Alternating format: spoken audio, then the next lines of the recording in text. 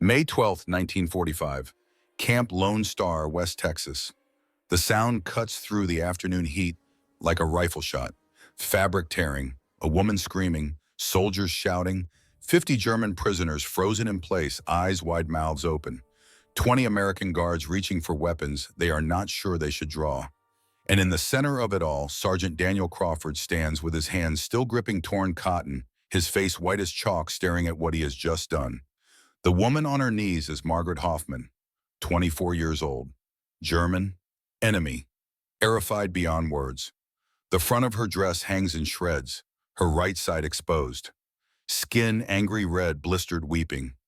Chemical burns spreading like fire across flesh. But what you are seeing is not what you think. This is not an attack.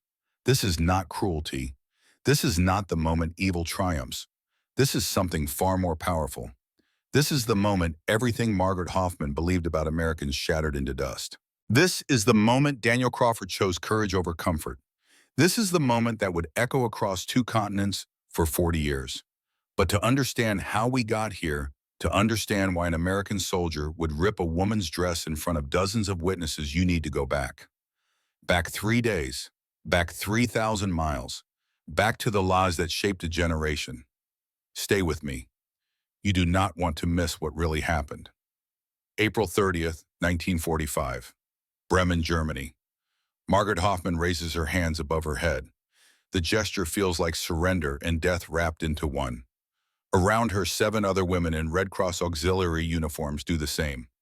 Their faces carry the same expression: resignation, terror, the certainty that what comes next will be worse than anything they have endured so far. The American soldiers approaching through the rubble look nothing like the propaganda posters. They are not snarling. They are not cruel-eyed. They look tired, dusty, young. One of them cannot be older than 19. For 4 years, Margaret has been told what Americans do to capture German women. The radio broadcasts were explicit. The posters in every town square showed shadowy figures, threatening silhouettes, promises of abuse and starvation and worse. Her Hitler Youth instructor, a woman with iron in her voice and hatred in her eyes, had said it plainly: better to die than fall into American hands. They have no mercy for our people. Remember what they did to our cities. Remember the fires. They will make you pay for being German. Margaret remembers. She remembers Hamburg burning. She remembers her mother Hilda's last words gasped out in the basement as fire consumed the building above. Do not trust the Americans, Gretchen. They are devils. They brought this fire. They will bring worse. Her mother died 3 minutes later. Smoke inhalation. Margaret held her hand until it went cold. That was 1943. Margaret was 21. Her brother Klaus died the same night. He was 19. A Luftwaffe radio operator. He burned in his barracks when the phosphorus bombs hit. They never found enough of him to bury. Her father Herman, a school teacher who hated the war, but wore the uniform anyway because refusing meant death, disappeared on the Eastern Front in E-44. Missing. Presumed dead. Probably frozen in some Russian field. So when Margaret raises her hands in surrender, she is raising them as the last Hoffman, the last of her family, the last of her line. And she believes absolutely that she is about to experience hell. The American lieutenant who accepts her surrender does not strike her. He does not spit. He does not smile cruelly. He simply nods to a sergeant who writes something on a clipboard and points to a truck. Get in, the gesture says. Nothing more. Margaret climbs into the truck bed with the other women. They huddle together like birds in a storm. One woman whispers a prayer. Another weeps silently. Anna Vogel, 32, formerly a party member, now just another prisoner, grips Margaret's hand hard enough to hurt. They are going to kill us, Anna whispers in German. Or worse. Margaret does not answer. She cannot. Her throat has closed with fear. But tucked against her chest, wrapped in a spare undershirt, and pressed close to her ribs, is a small wooden box, 8 inches by 6. German Red Cross markings burned into the lid. A medical officer bleeding from a shrapnel wound in his shoulder had thrust it into her hands during the chaos of retreat. Fräulein Hoffman, he had said, voice tight with pain, protect this. Do not let it fall into enemy hands. This contains our last dignity. She never asked what was inside. In those final days of collapse when orders came faster than anyone could process them, you simply obeyed. You held on to whatever you were given, and you protected it because that was all you could control. The box is warming against her chest now. She assumes it is her body heat, the stress, the fear making her feverish. She does not know that inside the box a glass vial of concentrated phenolic sterilant used for disinfecting surgical instruments in seconds has developed a hairline crack. She does not know that the chemical inside, strong enough to strip flesh from bone if left untreated, is beginning to seep through that crack one molecule at a time. She does not know she is carrying a time bomb pressed against her own body. 3,000 miles west, Amarillo, Texas, April 30th, 1945. Daniel Crawford wakes to the sound of his father's boots on the porch. The sun is not up yet. The ranch is still cool that brief window before Texas heat turns the land into a furnace. His father, William, 62, weathered as old leather, is already checking the water troughs.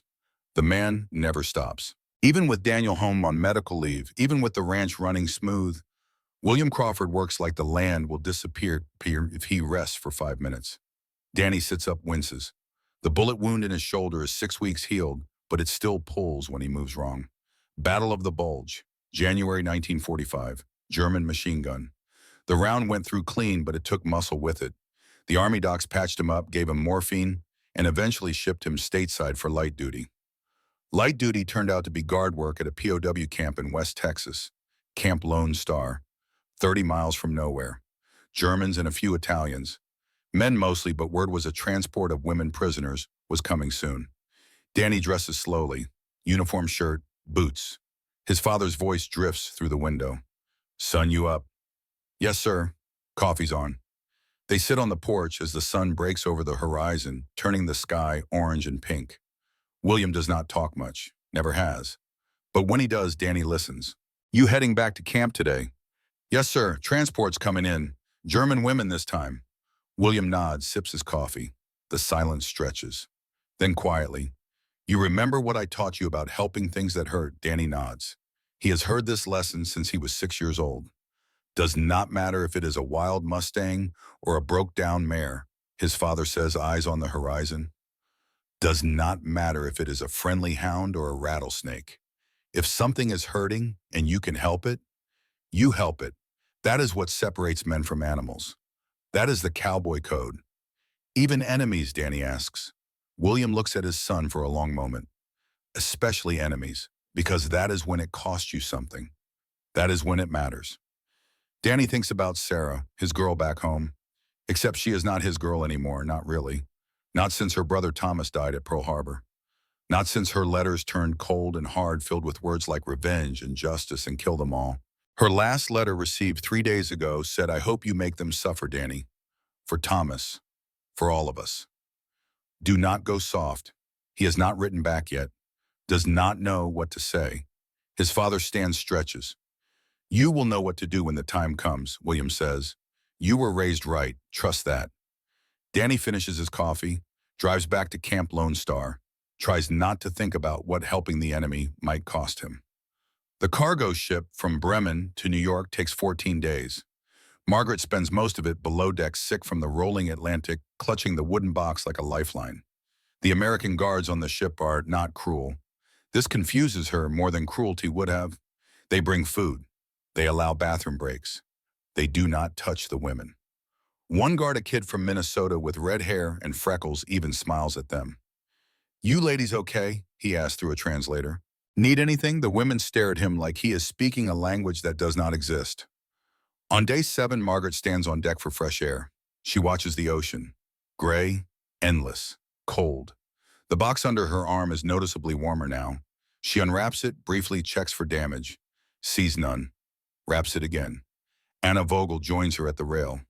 "What is in that box, Hoffman?" "I do not know." "Then why protect it?" Margaret does not have a good answer. "Because I was told to.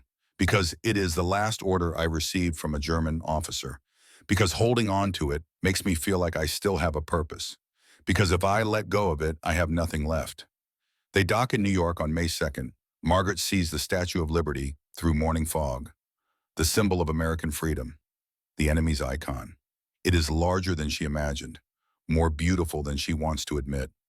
New York Harbor is chaos, ships everywhere, soldiers, supplies. The machinery of war running at full speed, even though everyone knows Germany is finished. Japan is next, the end is coming. The women are loaded onto a train, westbound, through Pennsylvania, Ohio, Indiana, Illinois, the American heartland rolling past the windows like a film reel. And Margaret cannot reconcile what she sees with what she was taught. The cities are intact. No bomb craters, no burned buildings, no rubble. Children play in parks. Women push baby carriages. Stores have food in the windows. Actual food. Bread, meat, fruit. How she whispers to Anna. How do they have so much? Anna's face is hard. Because they stole it from us, from Europe. That is what empires do. But Margaret is not sure anymore. The America passing outside the train window does not look like an empire built on theft. It looks like a country that was never touched by war. A country that kept building while Europe burned. The train rattles west for 7 days. Through St. Louis, Kansas City, across plains so flat and endless that Margaret feels dizzy looking at them. And then, finally, Texas. The heat hits like a wall when they step off the train in Fort Stockton. 97 degrees, dry. Wind that tastes like dust and mesquite. The sky so blue it hurts to look at. Trucks wait to take them the final 30 miles to Camp Lone Star. Margaret clutches her box. It is hot now. Definitely hot. The wood is almost uncomfortable to hold. She shifts it, wraps it in her spare shirt again, tucks it against her side. The chemical inside has eaten through the vial completely. It is now soaking into the fabric of her undershirt slow and steady, a poison compress she is willingly holding against her own body. She has no idea. Camp Lone Star sits in the middle of scrubland, barbed wire, guard towers, wooden barracks painted the same dull green as every military structure in America. The flag, enormous, snaps in the hot wind. The trucks pull through the gate at 1400 hours. May 6, 1945. 48 German women climb down into the Texas afternoon. They are pale, thin, exhausted from weeks of travel, and terrified. Sergeant Daniel Crawford watches them arrive. He stands near the gate with Private Marcus Thompson, called Red because of his hair color, and Corporal James Mueller, the translator. Mueller is German-American, second generation, speaks both languages fluently. He has made peace with his dual identity. Most days, they look like ghosts, Red says quietly. They have been through hell, Mueller replies. Their country is in ruins. They think we are going to make it worse. Danny watches the tall woman in the middle of the group. She clutches a wooden box like it contains the last thing she owns. Her face is drawn, eyes sunken. She looks exactly like Sarah's younger sister did after the telegram about Thomas came. Same lost expression. Same desperate grip on something, anything to hold on to. His chest tightens. The camp commander, Captain Frank Morrison, steps out of his office. 42 years old, gray at the temples, face like carved granite. He surveys the new arrivals with cold eyes. Morrison lost his son Robert at Normandy. D-Day, 20 years old, shot 3 times in the chest before he made it off the landing craft. Morrison received the telegram June 8, 1944. He has not smiled since. Get them processed, he says to Danny. By the book, Geneva Convention standards, 3 meals a day, medical check. Assign them barracks. Yes, sir. And Crawford. Sir Morrison's eyes are hard. Do not get soft on me. They wore the uniform. They served the machine. Remember that. Yes, sir. Morrison walks away. Red lets out a breath. He is wound tight, Red says. His boy died at Normandy. Mueller says quietly.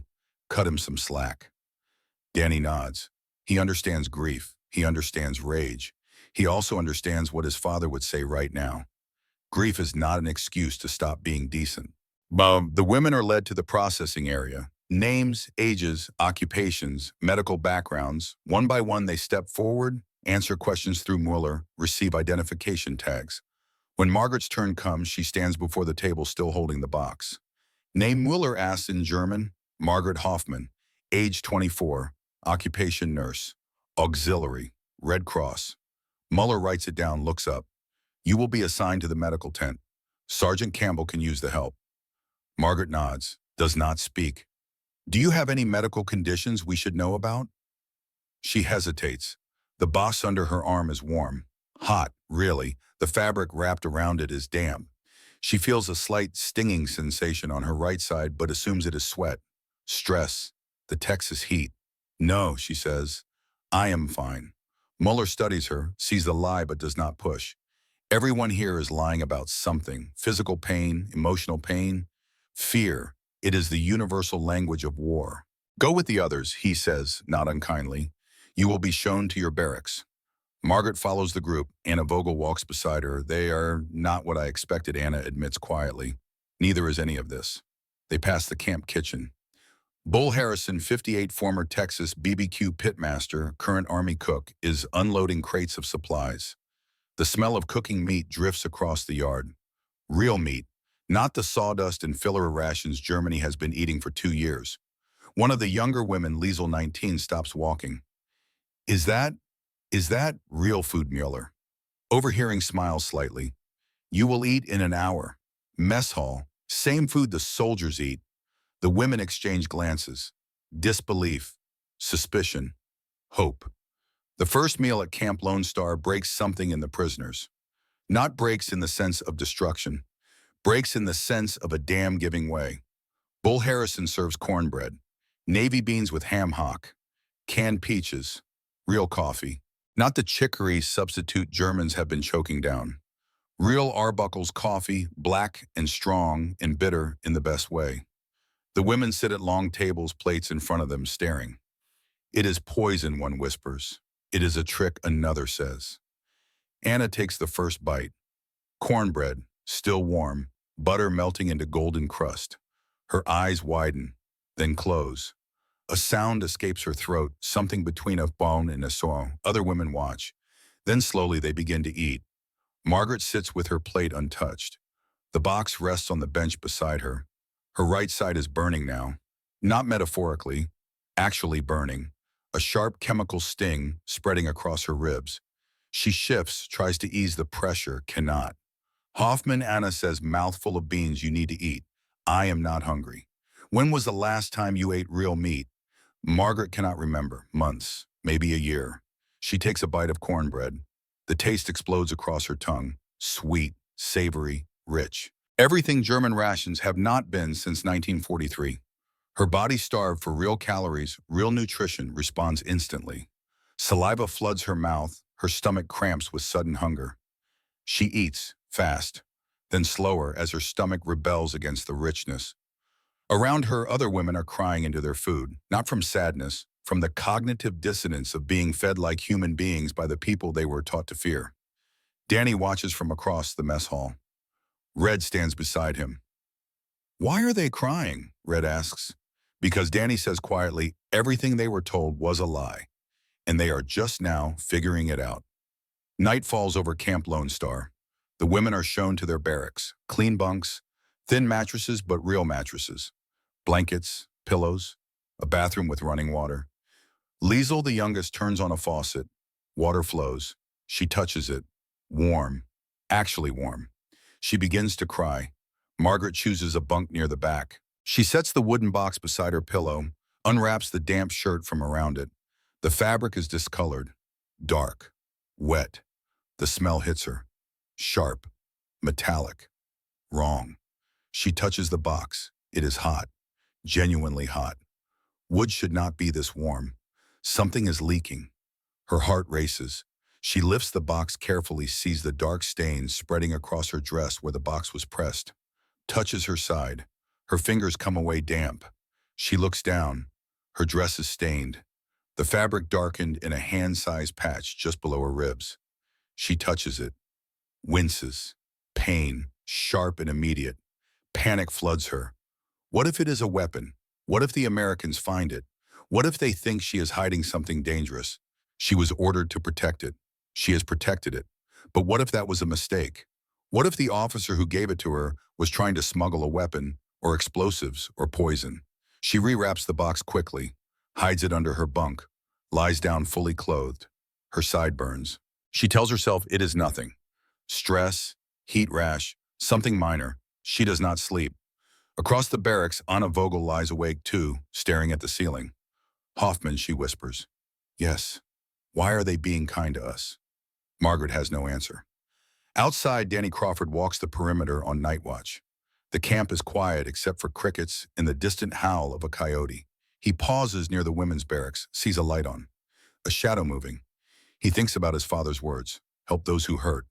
He thinks about Sarah's letter, make them suffer. He does not know which voice to listen to.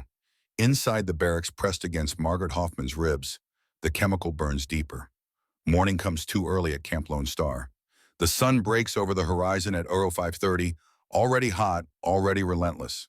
By 600, the temperature is climbing toward 90 degrees. Margaret wakes to pain, not the dull ache of exhaustion or the phantom hurt of grief. This is sharp, immediate, chemical. Her right side feels like someone pressed a hot iron against her ribs and held it there. She sits up slowly. The other women are still sleeping. Early light filters through the barracks windows, painting everything gold and gray. She lifts her dress, carefully looks down. The stain has spread. What was the size of her palm last night is now the size of a dinner plate. The fabric is stuck to her skin. When she tries to peel it away, white-hot pain shoots through her torso, and she has to bite her lip to keep from crying out. The wooden box sits under her bunk. She can see it from where she sits. Still wrapped in the damp shirt. Still radiating wrongness. She should tell someone. She knows this. Any rational person would go to the medic, explain the situation, ask for help. But 4 years of propaganda do not evaporate in one night of hot meals and clean beds. The voice in her head, the one that sounds like her Hitler youth instructor, like the radio broadcasts, like her dying mother says, show weakness and they will exploit it. Reveal you are hurt and they will hurt you more. This is a test. Do not fail. So Margaret stands, smooths her dress over the stain, winces at the contact, and walks out into the Texas morning like nothing is wrong. The camp is already awake, soldiers moving between buildings, engines starting, the smell of coffee drifting from the mess hall. Morning formation happens at 0700. The women prisoners are counted, assigned their daily work details, given basic instructions through Corporal Mueller. Margaret is assigned to the medical tent again. Sergeant Roy Campbell, 35, calm-faced and competent, needs help organizing supplies. The tent is well stocked. Bandages, antiseptic, sulfanilamide powder, morphine under lock and key, more medical supplies than Margaret has seen in one place since 1943. Campbell greets her with a nod. Morning, Fräulein Hoffman. Mueller will translate if you need anything. We are doing inventory today. Think you can handle that? Margaret nods. Her side screams. She ignores it. They work in silence for the first hour. Campbell is methodical, checks every box, counts every bandage roll, makes notes on a clipboard. Margaret assists, handing him supplies, replacing items on shelves, trying not to move her right side too much. Campbell notices. You hurting somewhere? Margaret freezes. Mueller translates. No, she says. I am fine. Campbell studies her with the practiced eye of a man who has seen every kind of lie soldiers tell about their injuries. He sees the way she favors her left side, the way she winces when she reaches up, the slight hitch in her breathing. If you are hurt, he says gently, I need to know. I cannot help if I do not know. I am not hurt. Campbell lets it go, for now, but he files it away, watches her more closely as the morning progresses. Across camp in the commander's office, Captain Frank Morrison stares at a photograph. His son Robert, 20 years old, uniform pressed, smile wide, taken 3 days before he shipped out to England, before Normandy, before Omaha Beach, before 3 German machine gun rounds tore through his chest and left him dying in the surf. Morrison touches the photograph. Does this every morning, a ritual of grief, a knock at the door. Come. Sergeant Crawford enters, salutes. Sir, the women prisoners are settling in. No incidents, work details assigned. Campbell says one of them has nursing training. She is helping in the medical tent. Morrison nods, says nothing. Danny shifts his weight. There is something else he needs to say, and he knows Morrison will not like it. Sir, I had a thought. Morrison looks up, eyes flat. About what, Crawford? About showing these prisoners what America really stands for. Not just following Geneva Convention minimum standards, actually showing them our values. Morrison's jaw tightens. Explain. Danny takes a breath. Bull Harrison is the best cook in 3 counties. Man ran a BBQ joint that won awards before the Depression. What if we let him do what he does best? Real Texas BBQ. Show these women what American hospitality looks like. When they go home, they will tell people the truth, that we treated them like human beings, that America is not what their government told them. Silence. Morrison's hand rests on the photograph of his son. You want to throw a party for the people who killed my boy? Danny's throat is dry. No, sir. I want to show them that we are better than what they were taught, that American values mean something even in war. Your son, Robert. I am betting he would want us to stay who we are, not become like them. It is a risk. Invoking Robert. Morrison's face could go either way, rage or recognition. For a long moment, nothing. Then Morrison speaks, voice low. My boy wrote me letters from England. Before the invasion, he said something I have thought about every day since he died. He picks up a worn envelope, opens it. The letter inside is creased from being read 100 times. Dad, he wrote, I am not fighting to become like them. I am fighting so we can stay who we are. So America can still be the place where decency matters. Do not let this war turn you into something I would not recognize. Morrison folds the letter, carefully, like it might disintegrate. Bull can cook his BBQ, he says. Tomorrow, every prisoner gets a full plate. Same quality we serve the men. But Crawford, if there is any disrespect, any sign they do not appreciate what we are doing, it stops immediately. Clear, Crystal, clear, sir, dismissed. Danny salutes, leaves. Outside the office, he lets out a breath he did not know he was holding. Red Thompson is waiting.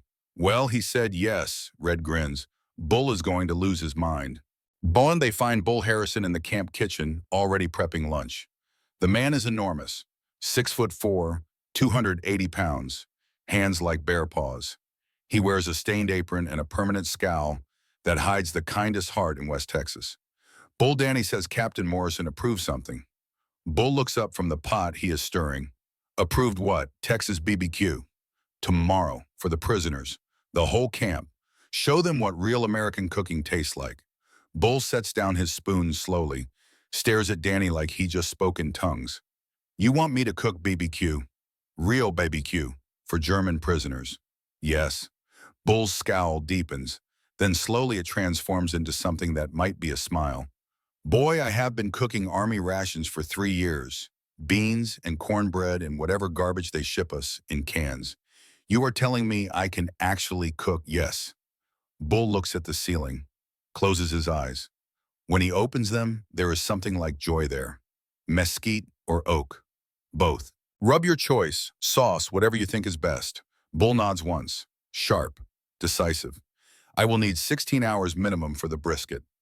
Start tonight, low and slow, 225 degrees. I will show these Germans what Texas tastes like. Word spreads through camp like wildfire. The Americans are cooking something special. Real food, the kind of food you smell for miles. By evening, Bull has a smoking pit built, mesquite wood and post oak stacked beside it. 16 pounds of brisket rubbed with his secret blend. Paprika, brown sugar, cayenne, garlic powder, black pepper, salt. He works the rub into the meat with hands that know exactly what they are doing. The fire starts at 1900 hours, low heat, steady smoke.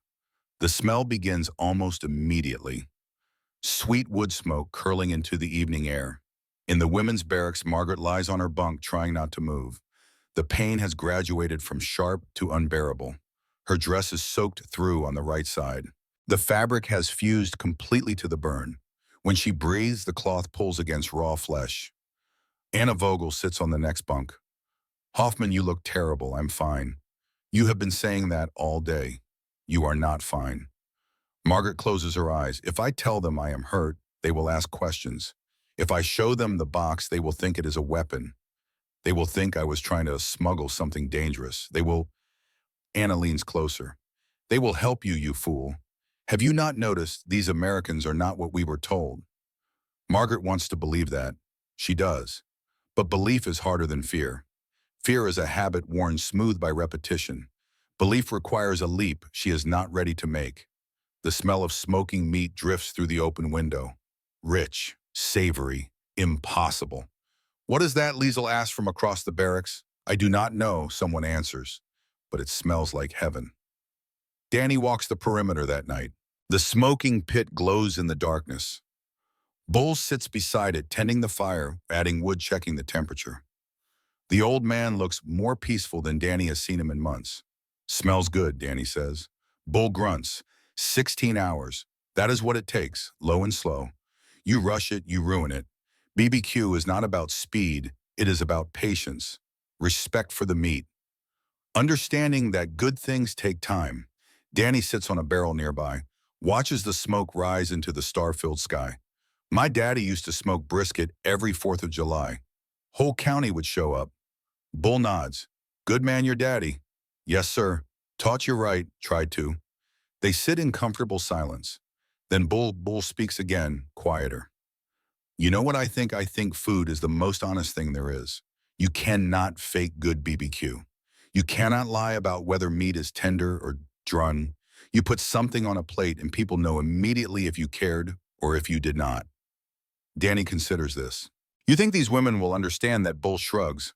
I think when someone has been eating sawdust and calling it bread for 2 years, real food speaks for itself. No translation needed. Morning arrives with the smell already thick in the air. The brisket has been smoking for 12 hours. Bull adds more wood, adjusts the temperature. The meat is developing a bark, that dark crust of caramelized rub that makes Texas BBQ legendary. By 1,000 hours, every person in camp can smell it. Soldiers stop mid-step. Prisoners pause in their work details. The aroma is physical, tangible, undeniable. Margaret reports to the medical tent. Her vision is starting to blur at the edges. The pain is constant now, a living thing chewing through her side. Campbell takes one look at her and frowns. Fräulein Hoffman, sit down.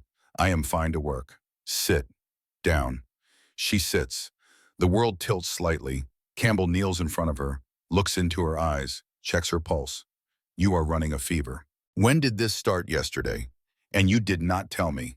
It is nothing. Campbell's voice is gentle but firm. Listen to me. I have been a medic for 6 years.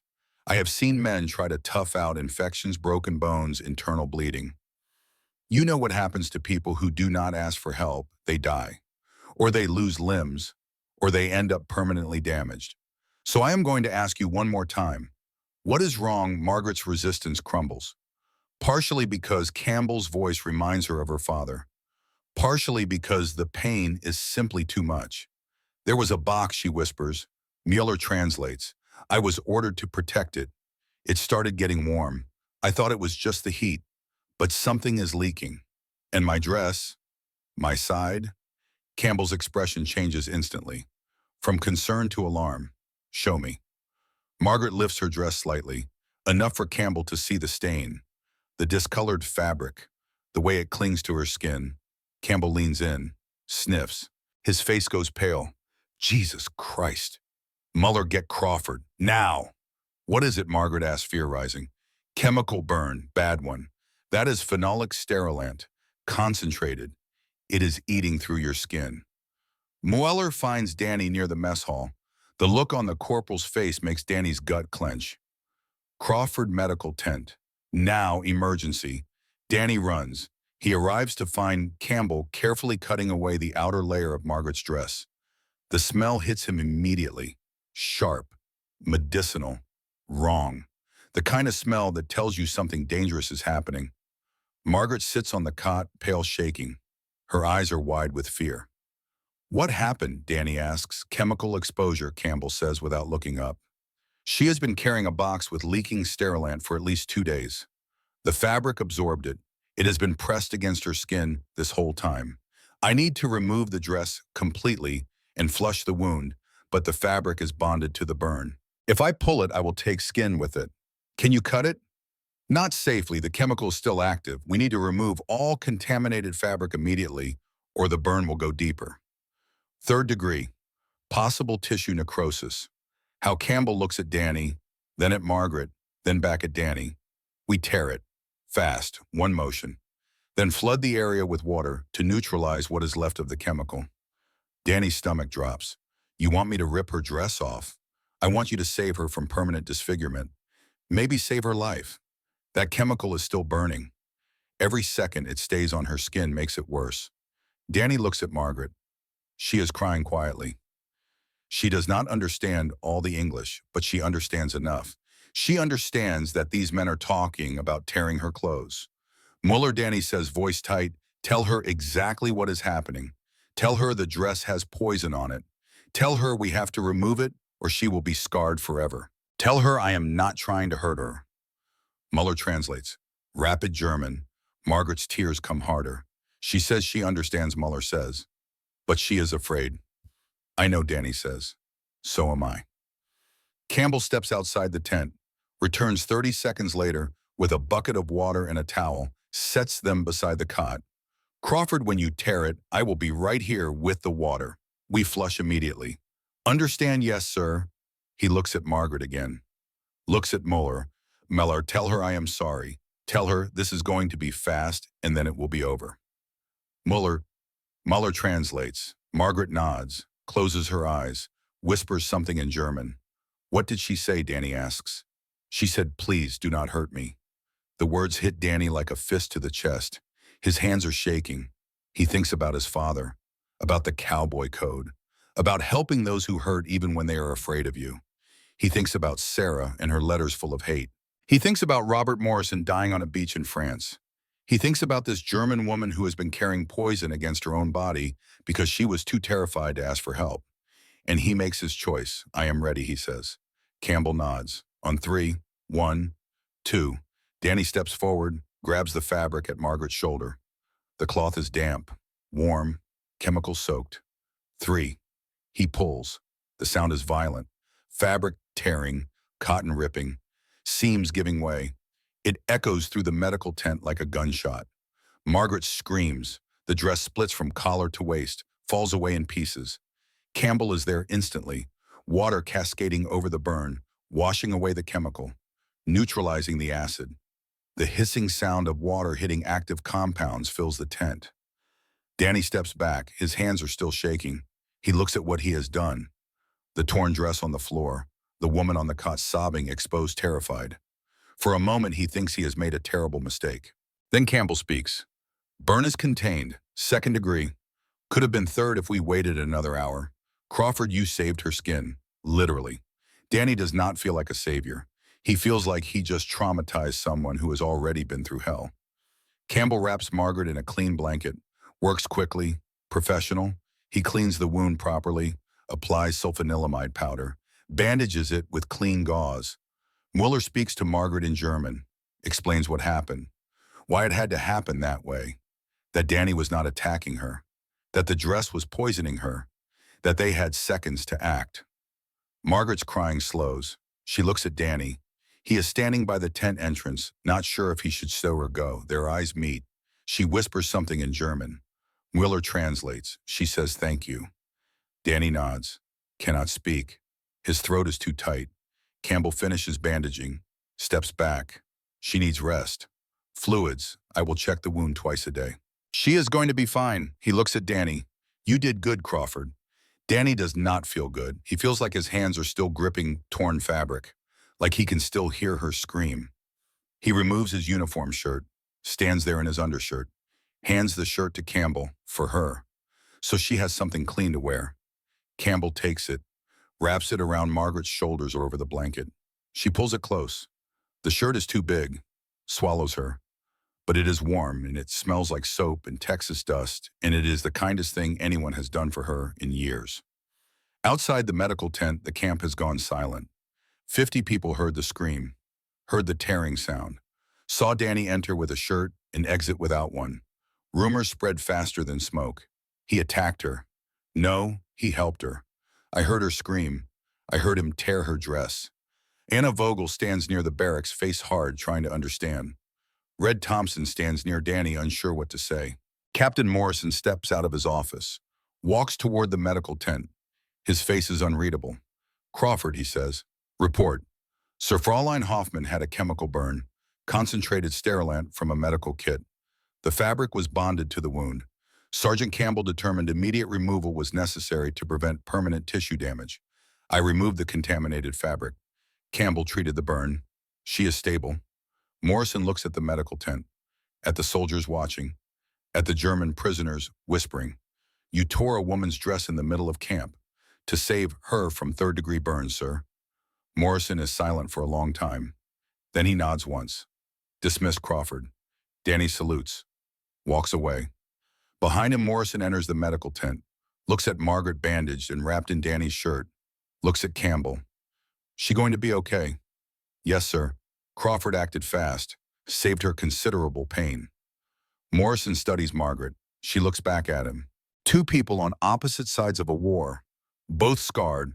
Both trying to understand what just happened. Tell her, Morrison says to Muller, that she is safe here. Tell her no one is going to hurt her. Tell her we are not what she was taught. Muller translates. Margaret nods, whispers something back. She says thank you, Muller translates. She says she is starting to believe you. Morrison touches his son's dog tags under his shirt. Turns, leaves. Outside, the smell of BBQ fills the air. Bull Harrison is pulling the brisket off the smoker. 16 hours. Perfect bark. Meat so tender it falls apart at the touch. Tomorrow he will serve it to everyone, soldiers and prisoners alike. But tonight, Camp Lone Star holds its breath, trying to process what it just witnessed. A moment of violence that was actually mercy. A tearing that was actually healing. An American soldier who chose to help even when it looked like cruelty. And a German woman who is beginning to understand that everything she believed was a lie. Margaret wakes in the medical tent to the smell of smoke and meat and something she cannot quite name. Hope, maybe. Or the absence of fear. The unfamiliar lightness of not waiting for cruelty. The bandage on her side is clean, white, professional. It pulls slightly when she breathes, but the pain is manageable. Different. This is the pain of healing, not the pain of poison eating through flesh. She sits up slowly. The uniform shirt Danny gave her hangs loose on her frame. She pulls it closer. The fabric smells like soap and sweat and dust. Like Texas. Like America, like something other than fear. Campbell enters carrying fresh bandages in a canteen. Morning, Fräulein Hoffman. How are you feeling? Willer translates from outside the tent. Better, Margaret says. Thank you. Campbell unwraps the bandage, examines the burn, nods with satisfaction. Healing clean, no infection. Another week and you will barely feel it. Might scar a little, but nothing major. Crawford got to it just in time. He rewraps the wound with gentle hands, the same hands that have sewn up soldiers. Set broken bones, written too many letters home to grieving families, hands that have learned to be kind because cruelty is too easy. That man who helped you, Campbell, says he is a good person, probably feels terrible about scaring you, but he saved you from months of agony. Maybe permanent damage. I hope you know that. Margaret nods. She does know. The knowledge is settling into her bones like warmth after cold. Rewriting 4 years of lies. I would like to thank him, she says, properly. Campbell smiles. He is probably at the BBQ pit with Bull. You should eat something. Real food. Build your strength. The smell is everywhere now. It has been building all night. Sweet mesquite smoke, rendered fat, caramelized sugar from the rub. The bark on the brisket is thick and dark and perfect. Bull Harrison pulls the meat off the smoker at 0900 hours after 16 hours of patient smoking. He sets the brisket on the cutting board, takes his knife. The blade is sharp enough to shave with. He makes the first cut against the grain. The meat falls apart, smoke ring visible, pink and tender, juice pooling on the board. Bull closes his eyes. This is what he was born to do. Not army cooking, not canned beans and cornbread. This, real Texas BBQ, the art his grandfather taught him, the craft he perfected over 30 years before the Depression took his restaurant. Red Thompson watches from nearby. That looks incredible, Bull. Bull grunts. Looks are nothing. Taste is everything. He cuts a small piece, offers it to Red. The young soldier takes it, bites down, his eyes widen. Oh my God. Bull allows himself a small smile. Now we feed the camp. By 1100 hours, the mess hall is transformed. Long tables set with plates. Bull and his assistants bringing out food in waves. Sliced brisket, cornbread with butter, coleslaw made fresh that morning, navy beans with bits of the brisket mixed in, and Coca-Cola, ice cold, bottles sweating in the Texas heat. The American soldiers line up first. They know what is coming. Bull's reputation preceded him. Men are grinning like children on Christmas morning. The German women are called next. They approach the serving line hesitantly, still not quite believing, still waiting for the trap to spring. Bull serves each woman personally. Thick slices of brisket, generous portions. He does not smile, but his eyes are not unkind. Eat, he says through Mueller. This is what real American cooking tastes like. The first woman to bite into the brisket is Liesel, 19 years old. She has not eaten real meat in so long she barely remembers the taste. The brisket hits her tongue and she stops moving. Just stops. Her eyes fill with tears. The woman beside her takes a bite, then another. Then she is crying too.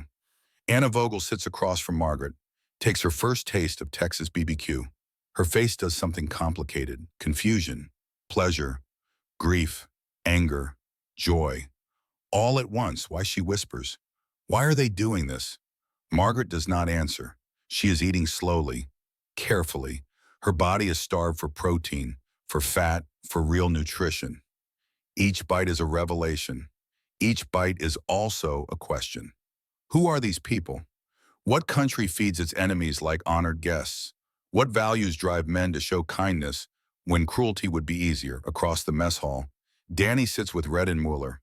He watches the German women cry into their food, watches their confusion transform slowly into something else, something like understanding. My daddy used to say, Danny murmurs that you can tell everything about a man by how he treats those who cannot do anything for him and how he treats people when nobody is watching, when there is no reward. Red nods. Bull is showing them what America means, no, Danny says. Bull is showing them what America is. Not propaganda, not promises, just the simple act of feeding people well, because that is what decent humans do. Margaret finishes eating. Her stomach is full for the first time in years. Truly full, not subsistence full, not survival rations full. Full like Sunday dinner, full like holidays, full like peace. She stands.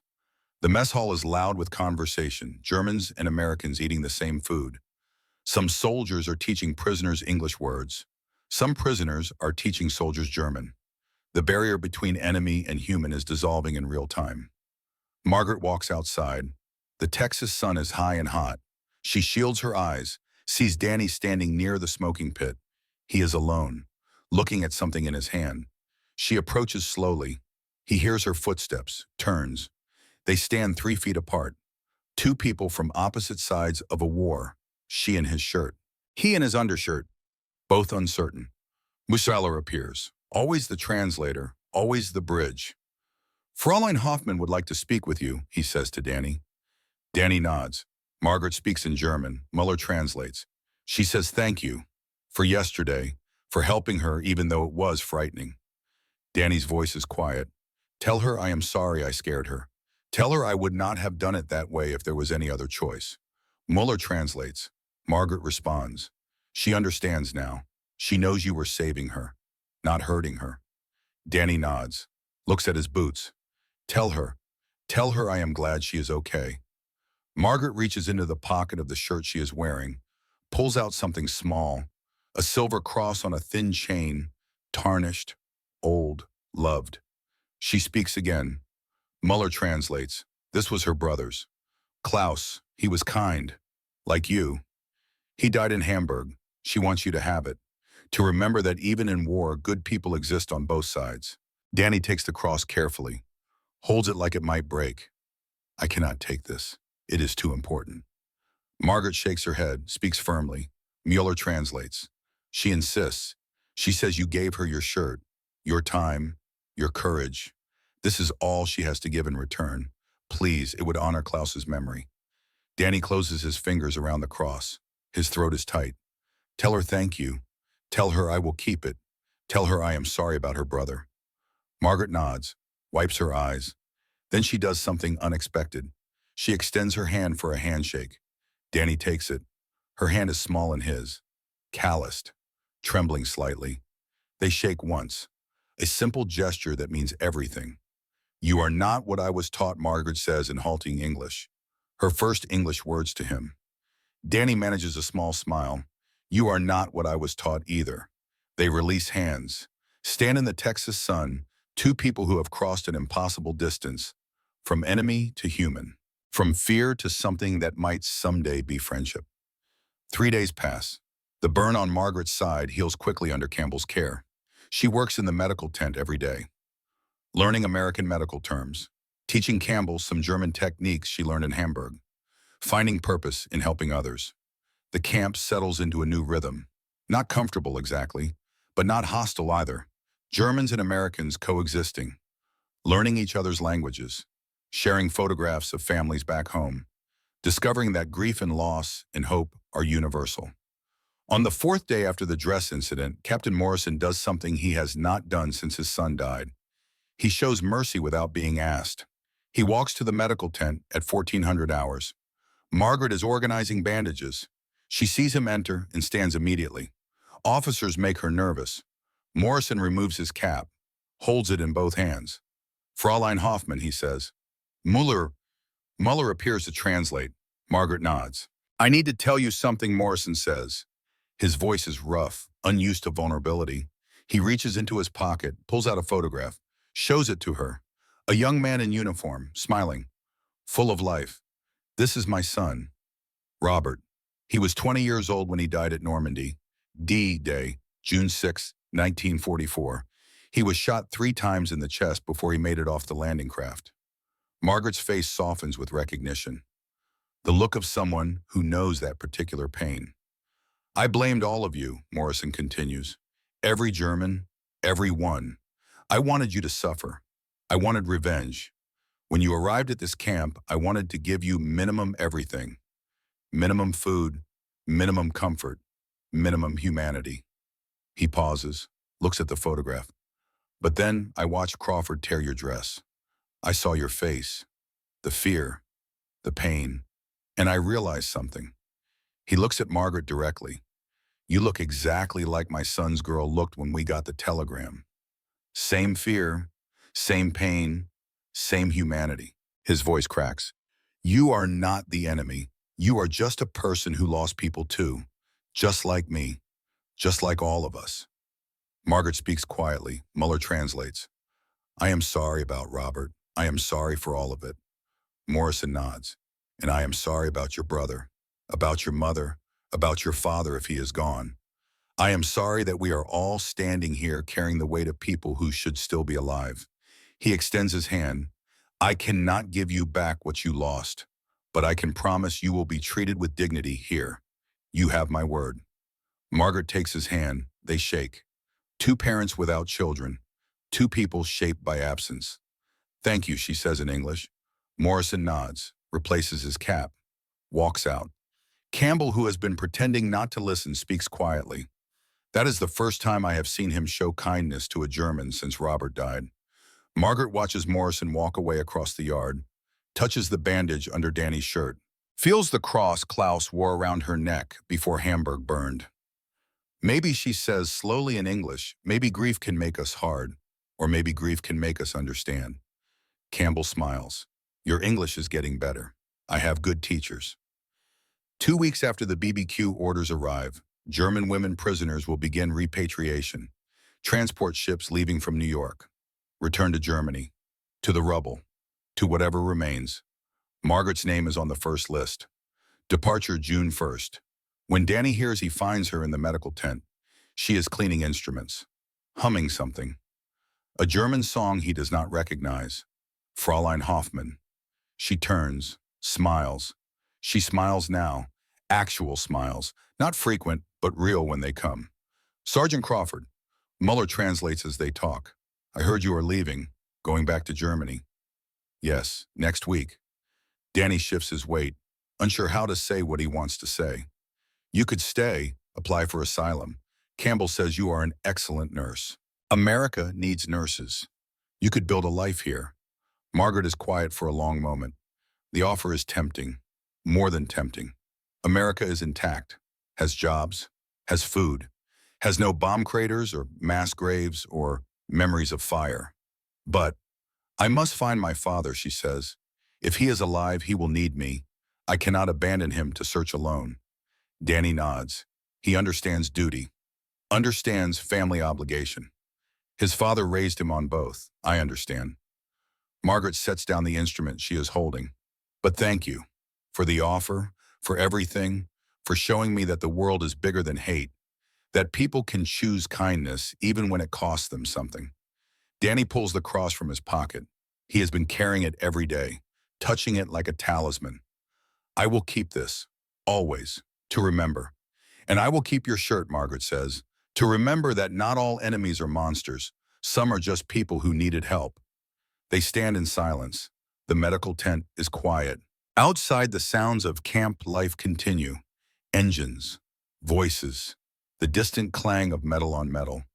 Goodbye, Greta, Danny says, using her nickname for the first time. Goodbye, Daniel. They do not embrace. It would not be appropriate.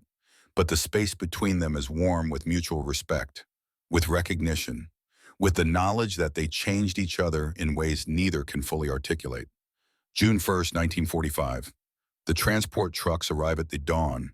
48 German women load their few belongings. Most of them are returning with more than they arrived with.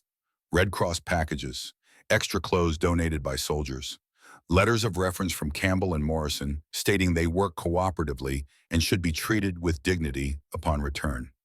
Margaret wears Danny's shirt under a new dress the Red Cross provided. She carries Klaus's cross in her pocket. Her side has healed to a thin pink scar. A reminder, a marker, a story she will tell for the rest of her life. The camp gathers to see them off. Not everyone, but many. Soldiers who have spent 6 weeks learning that enemies can become humans if you give them the chance. Bull Harrison appears with packages wrapped in brown paper. For the trip, he says gruffly, sandwiches, cornbread, some jerky, cannot have you going hungry. Anna Vogel takes the packages, nods once, sharp, grateful. Thank you for showing us the truth. Bull nods back, returns to his kitchen before anyone can see his eyes water. Morrison stands near his office, watching. He does not approach, but he raises one hand in salute. The German women see it.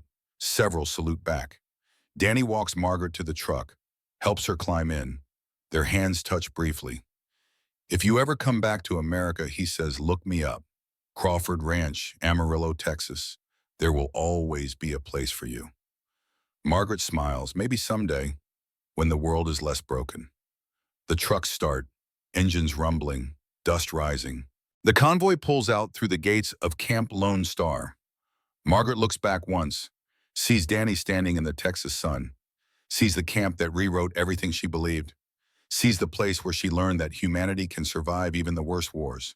Then the truck turns, and Camp Lone Star disappears behind mesquite and dust. 40 years later, 1985, Anna Fisher, 22 years old, granddaughter of Margaret Hoffman, drives through West Texas in a rented car. The landscape is exactly as her Oma described it. Flat, endless, sky so blue it hurts, heat that makes the air shimmer. She pulls off Highway 285 at a historical marker, Camp Lone Star POW facility, 1943 to 1946. Nothing remains but the marker and some foundation stones. The barracks are gone. The fences are gone. But the story remains. Anna stands in the heat, holds a letter her grandmother wrote. Dear Anna, it begins. I am too old to travel now, but I need you to do something for me. Find the man who saved my life. His name is Daniel Crawford. Tell him what became of me. Tell him he changed everything. Anna found him through the Veterans Administration. Crawford Ranch. Still operating, still family owned. She called ahead. He said, come anytime. The ranch is 20 miles outside Amarillo. White fence, green fields, horses grazing. The house is old but well maintained. A man sits on the porch. 63 years old now. Gray hair, still tall, still strong. He stands when Anna pulls up, walks down to meet her. You must be Anna, he says. His voice still has that Texas drawl, warm, genuine. Herr Crawford, thank you for seeing me. Just Danny, please come on up. I have coffee on. They sit on the porch.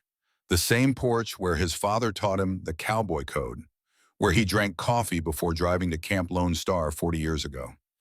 Anna pulls a package from her bag, wrapped carefully in tissue paper. Oma wanted me to return this. She unwraps it. Danny's old uniform shirt. Faded now. Worn, but clean. Preserved with obvious care. Danny takes it with shaking hands, holds it up, sees his name stenciled on the pocket. Crawford. The stitching his mother did before he shipped out.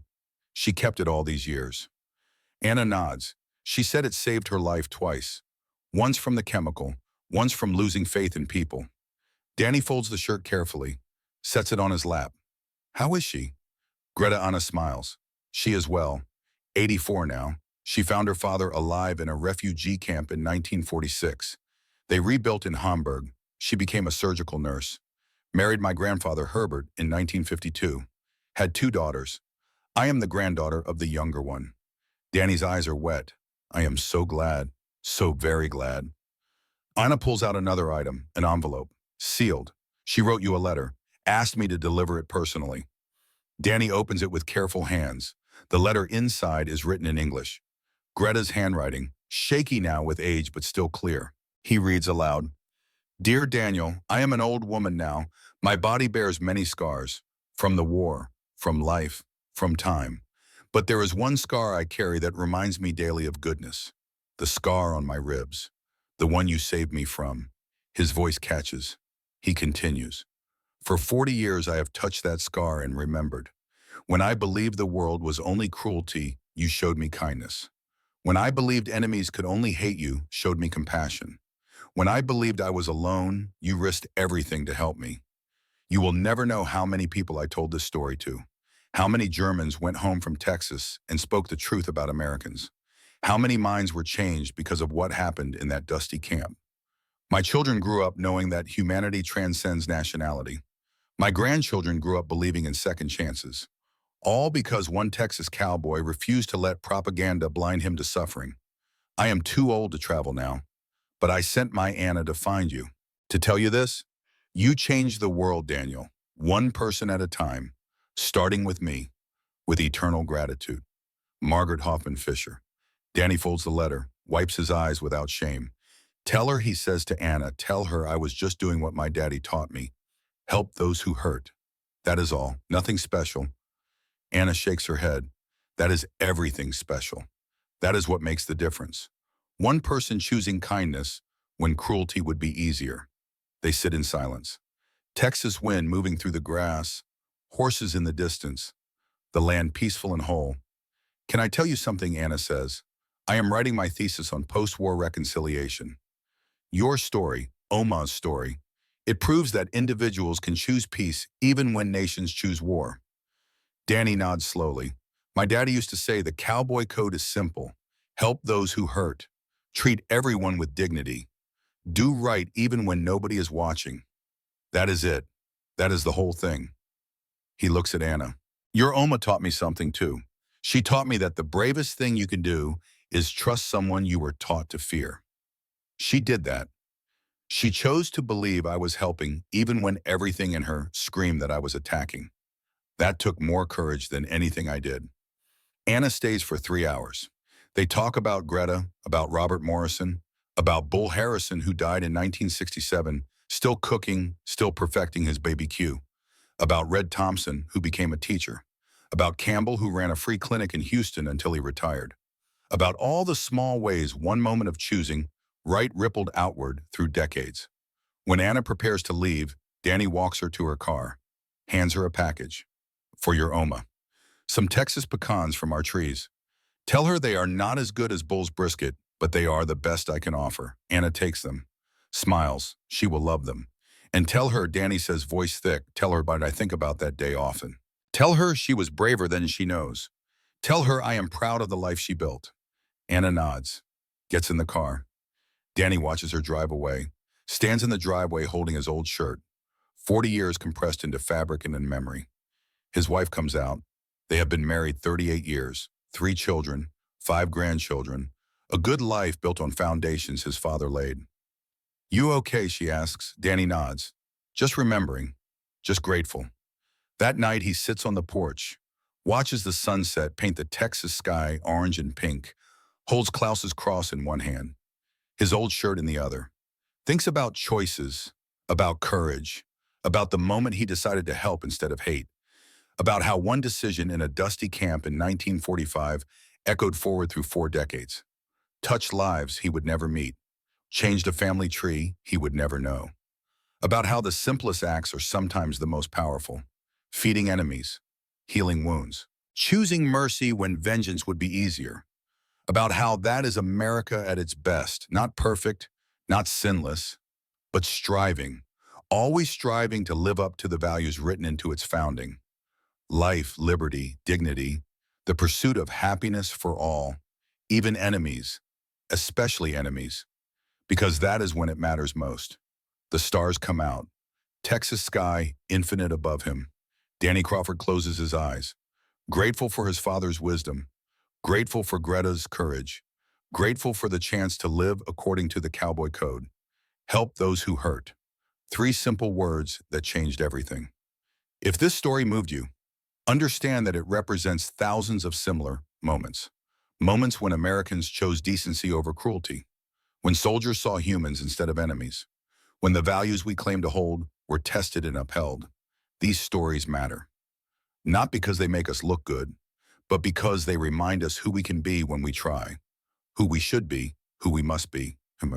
The greatest generation understood something essential: that America's strength is not just military might, not just economic power, but moral courage. The willingness to do right even when it costs something, even when no one is watching, even when the person you are helping was taught to hate you. That is the legacy of men like Daniel Crawford, of women like Margaret Hoffman, of cooks like Bull Harrison, and medics like Roy Campbell, and commanders like Frank Morrison, who chose mercy over revenge. That is the America worth preserving, worth fighting for, worth passing to the next generation. The dress that was torn became the thread connecting two families across 40 years. The soldier who ripped it became a bridge between hatred and hope. And the lesson remains: simple, powerful, true. Help those who hurt, even when they fear you, even when it would be easier not to, even when the world tells you they are the enemy. Because in the end, we are all just people trying to survive, trying to build, trying to hope. And sometimes in the dusty heat of a Texas afternoon, one person choosing kindness can change the world. That is the American way. That is the cowboy code. That is who we are when we remember to be our best selves. Never forget it.